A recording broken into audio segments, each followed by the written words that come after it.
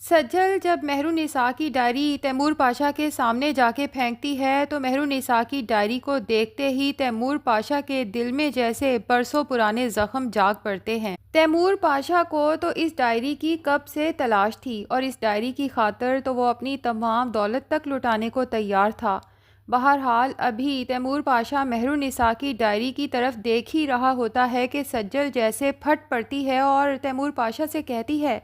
کہ کیوں کیا آپ نے میری ماں کے ساتھ یہ سب؟ تیمور پاشا تو حیرت سے سجل کی طرف دیکھتا ہے کہ یہ کیا بات کر رہی ہے، جبکہ پیچھے کھڑا سالار بھی حیرت میں مبتلا ہو جاتا ہے۔ اس لیے آگے بڑھ کے سجل سے کہتا ہے کہ سجل تم انکل سے کیسے بات کر رہی ہو؟ کیونکہ سالار پاشا کو یہ فکر ہے کہ ابھی کچھ ہی دن قبل تو انکل کو ہارٹ اٹیک آیا ہے اور ڈاکٹر نے خاص طور پہ تاکید کی ہے کہ تیمور پاشا کو کسی قسم کا سٹریس نہ دیا جائے، لیکن سجل تو آج جیسے کسی کی بات سننے کو تیار نہیں، اس پہ تو جنون سوار ہے، کیونکہ جس تیمور پاشا کو وہ فرشتہ صفت سمجھتی تھی، مہرالنساء کی ڈائری پڑھنے کے بعد جا کے سجل کو احساس ہوا ہے کہ مہرالنساء کی زندگی میں جتنے زخم، جتنے درد تھے، سب تیمور پاشا کے دیے ہوئے تھے، جس کی وجہ سے گھٹ گھٹ کے مہرالنساء کی جان چلی گئی۔ سجل ہاتھ کے اشارے سے سالار کو چپ رہنے کی تاکید کرتی ہے اور تیمور پاشا کی طرف دیکھ کر کہتی ہے کہ میں ان سے پوچھنا چاہتی ہوں کہ آخر کیا قصور تھا میری ماں کا کہ تیمور پاشا نے میری ماں کے ساتھ بے وفائی کی۔ تیمور پاشا تو سجل کی یہ بات سن کے حیران رہ جاتا ہے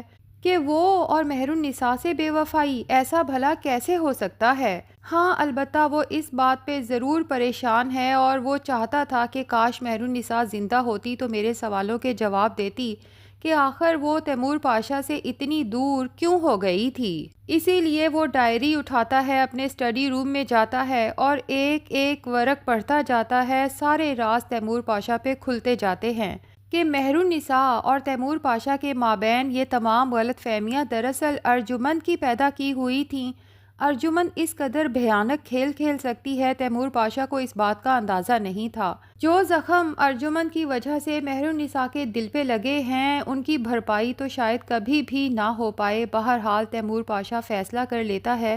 کہ اب اس ارجمند کی نہ تو میرے گھر میں کوئی جگہ ہے اور نہ ہی میری زندگی میں، لیکن اس سے پہلے تیمور پاشا ایک دفعہ رابعہ سے ملنا چاہتا ہے اور پوچھنا چاہتا ہے کہ آپ پہ تو میں نے اندھا اعتماد کیا تھا، آپ نے بھی میرے ساتھ اتنا بڑا کھیل کھیلا۔ اب جیسے ہی تیمور پاشا رابعہ کے گھر پہ پہنچتا ہے تو رابعہ تیمور پاشا کو اپنے گیٹ پہ دیکھ کے سمجھ جاتی ہے کہ تیمور پاشا کو بھی سب پتہ چل چکا ہے۔ تبھی شرمندگی کے مارے نظریں جھکا دیتی ہے۔ تیمور پاشا رابعہ سے کہتا ہے کہ مجھے بتائیں آپ نے آخر یہ سب کیوں کیا؟ تو رابعہ اب رمشا کا راز مزید راز نہیں رکھتی،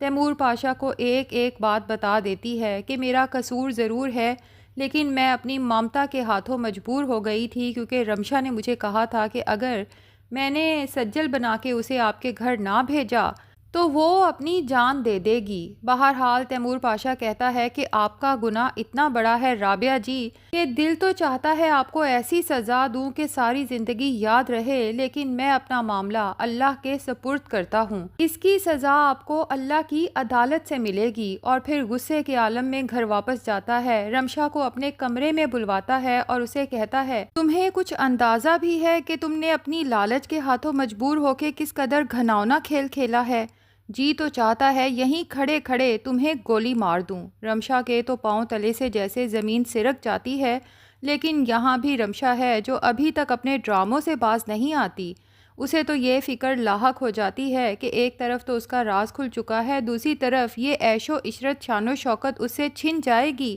فوراً ہی ایک نیا پلان سوچتی ہے اور آنکھوں میں آنسو لیے تیمور پاشا سے کہتی ہے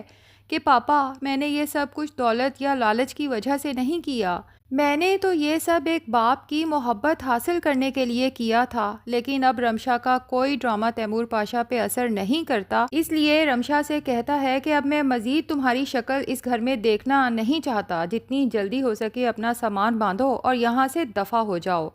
رمشا اپنے کمرے میں آتی ہے، پریشان ہوتی ہے کہ اگر میں یہاں سے چلی گئی تو مجھے اسی ڈربا نما چھوٹے سے گھر میں قسم پرسی کی زندگی گزارنا پڑے گی۔ نہیں رمشا، یہ کبھی نہیں ہو سکتا۔ اس لیے فوراً سوچتی ہے کہ مجھے سجل کو ہی شیشے میں اتارنا پڑے گا۔ سجل جو ہمیشہ سے ہی بے وقوف اور نرم دل کی ہے، یقیناً ایک دفعہ پھر میرے ڈراموں میں آ جائے گی۔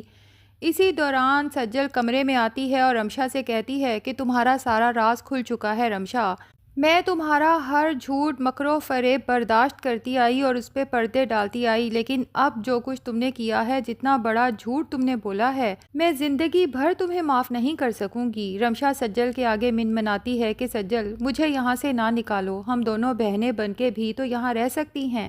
لیکن اس دفعہ تو سجل بھی رمشا کی بات نہیں سنتی اور اسے ہاتھ سے پکڑ کے کمرے سے باہر نکالتی ہے کہ تم کس حیثیت کس رشتے سے یہاں رہو گی، تم تیمور پاشا کی اولاد نہیں ہو، دفع ہو جاؤ اور اپنی جھوٹی ماں کے ساتھ رہو۔ دوسری طرف ارجمن کو تو اپنی جان کے لالے پڑ جاتے ہیں کہ ایک طرف تو تیمور پاشا مہرالنساء کی ڈائری پڑھ چکا ہے اور میرے بارے میں کافی کچھ جان چکا ہے، اب اگر دوسری طرف وہ نرس آ کے تیمور پاشا کو میری سچائی بتا دے گی تو تیمور پاشا تو شاید میری جان ہی لے لے گا۔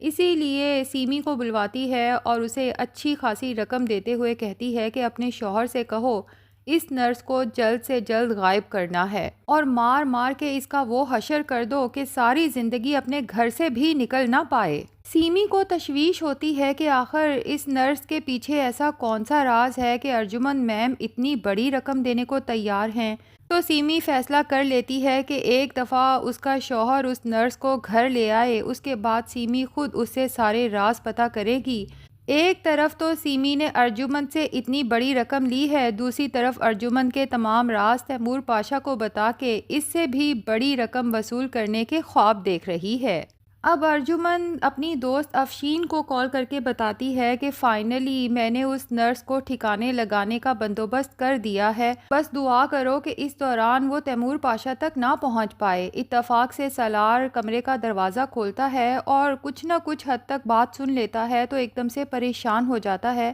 کہ ارجمن آنٹی کس کو اور کس وجہ سے ٹھکانے لگانا چاہتی ہیں۔ جب ارجمن سے تشویش کرتا ہے تو ارجمن کا رنگ اڑ جاتا ہے، جسے سالار بغور نوٹس کرتا ہے، لیکن ارجمن بات کو ٹال دیتی ہے۔ لیکن ارجمن کو یہ نہیں پتا کہ بہت جلد یہ سالار پاشا جو ابھی تک ارجمن سے محبت اور اس کے اور تیمور پاشا کے رشتے کو پروٹیکٹ کرتا آیا تھا، لیکن جیسے ہی ارجمن کا اصل چہرہ سالار پاشا کے سامنے کھل کے آئے گا تو یہ سالار بھی ارجمن سے شدید نفرت کرنے لگے گا۔ فی الحال تو سالار محسوس کرتا ہے کہ کتنی ہی دیر ہو گئی انکل اپنی سٹڈیز سے باہر نہیں نکلے، جبکہ انکل کی میڈیسن کا ٹائم بھی ہو چکا ہے،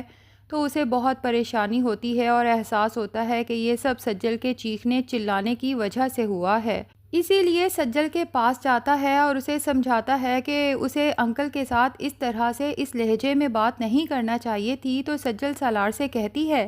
کہ تمہیں اس معاملے میں بولنے کی ضرورت نہیں ہے سالار، مجھے جو ٹھیک لگا میں نے وہی کیا، وہ انسان میرا اور میری ماں کا مجرم ہے، اس کے کیے کی سزا تو اسے بہرحال ملنی چاہیے۔ تو ناظرین لگتا یہی ہے کہ مستقل سٹڈیز میں رہنے اور میڈیسن وقت پہ نہ لینے کی وجہ سے تیمور پاشا کی حالت بہت خراب ہو جائے گی، تو تیمور پاشا کو ایمرجنسی ہاسپٹل لے جایا جائے گا۔ ڈاکٹر بتائیں گے کہ ان کے پاس اب زیادہ وقت نہیں ہے، جس کے بعد تیمور پاشا کو تھوڑی دیر کے لیے ہوش آئے گا تو وہ سجل کے سامنے ہاتھ جوڑ کے کہے گا کہ ہو سکے تو اپنے مرتے ہوئے باپ کو معاف کر دینا بیٹی، اور پھر سالار سجل اور تمام گھر والوں کے سامنے بتا دے گا کہ میرا تو کوئی قصور نہیں، میں تو اس آگ میں جلتا رہا ہوں جو مجھے پتا ہی نہیں تھا کہ میری اپنی بیوی ارجمن کی لگائی ہوئی ہے۔ میرے اور مہرالنساء کے درمیان جو دوریاں اور غلط فہمیاں تھیں وہ اسی عورت کی پیدا کی ہوئی تھیں، اور پھر بہوش و حواس سب گھر والوں کے سامنے ارجمن کو طلاق دے دے گا۔ اب سجل کو جب پتہ چلے گا کہ اس کا باپ تو بے قصور تھا تو وہ تو تڑپ تڑپ کے روئے گی، اللہ سے رو رو کے اپنے باپ کی زندگی کے لیے دعائیں کرے گی، اور دوسری طرف سالار جو اس بار ارجمن کو روتے ہوئے بھی چپ کروانے کے لیے آگے نہیں بڑھے گا بلکہ اسے صاف کہہ دے گا کہ آنی مجھے تو کبھی اندازہ ہی نہیں ہو سکا کہ اس مامتا بھرے چہرے کے پیچھے ایک شیطانی صفت عورت چھپی ہوئی ہے۔ اور ادھر رمشا تو لگتا ہے کہ اپنے لیے خود ہی سزا تجویز کرے گی، کیونکہ اس نے ہمیشہ سے رابعہ سے کہا تھا کہ کبھی مجھے اس گھر واپس آنا پڑا تو میری میت ہی آئے گی۔ کیا لگتا ہے ناظرین، کیا رمشا اپنی جان لے لے گی اور کیا تیمور پاشا بچ پائے گا یا نہیں؟ کمنٹ سیکشن میں اپنی رائے کا اظہار ضرور کریں۔ اگر ویڈیو پسند آئی ہے تو لائک اور چینل کو سبسکرائب بھی ضرور کر لیں۔